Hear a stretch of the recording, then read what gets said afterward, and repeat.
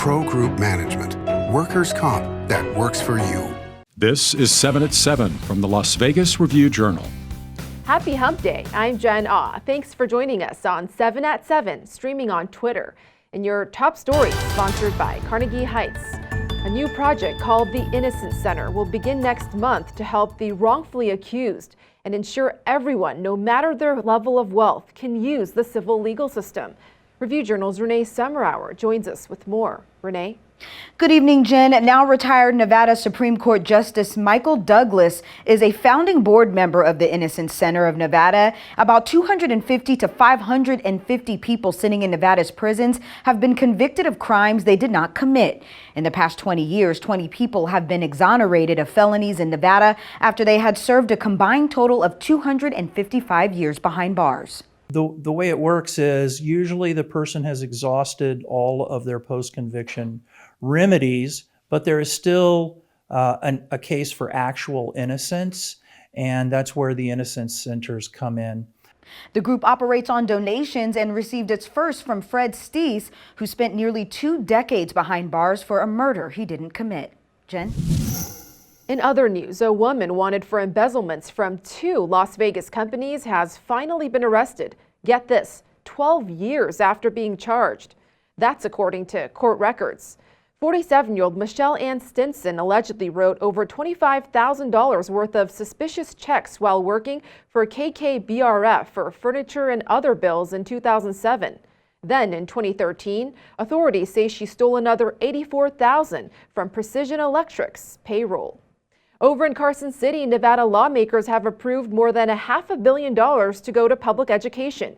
Most of that funding will boost per pupil funding for schools, although some will be set aside to help restore K-12 funding cut during the pandemic. Lawmakers were ecstatic to add that much money into the state's education budget, including Assembly Speaker Jason Frierson, who said this would provide historic support for education funding across the state. Experts say this move shows just how much the state is recovering from the pandemic. And it is windy, windy, windy. This morning we told you NV Energy is considering shutting off power in the Mount Charleston area tonight as a precaution to prevent wildfires because of that wind. Now the company is saying it's looking at tomorrow instead. The company has not made any final decisions just yet, but is considering it. Now let's take a more in-depth look at your weather, sponsored by 1 Hour Air. No matter the season, no matter the reason, 1 Hour is here for you.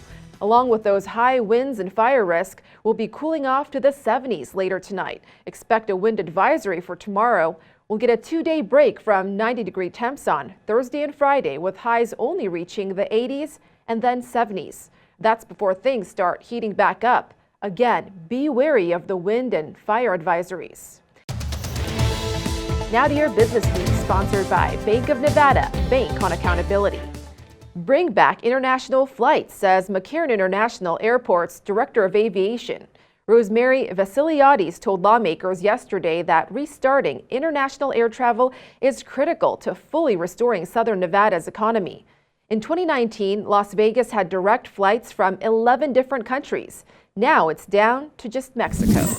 Over in Henderson, the city and the College of Southern Nevada are partnering up to develop a new education center that will train people in manufacturing. The goal is to attract new companies with a trained workforce.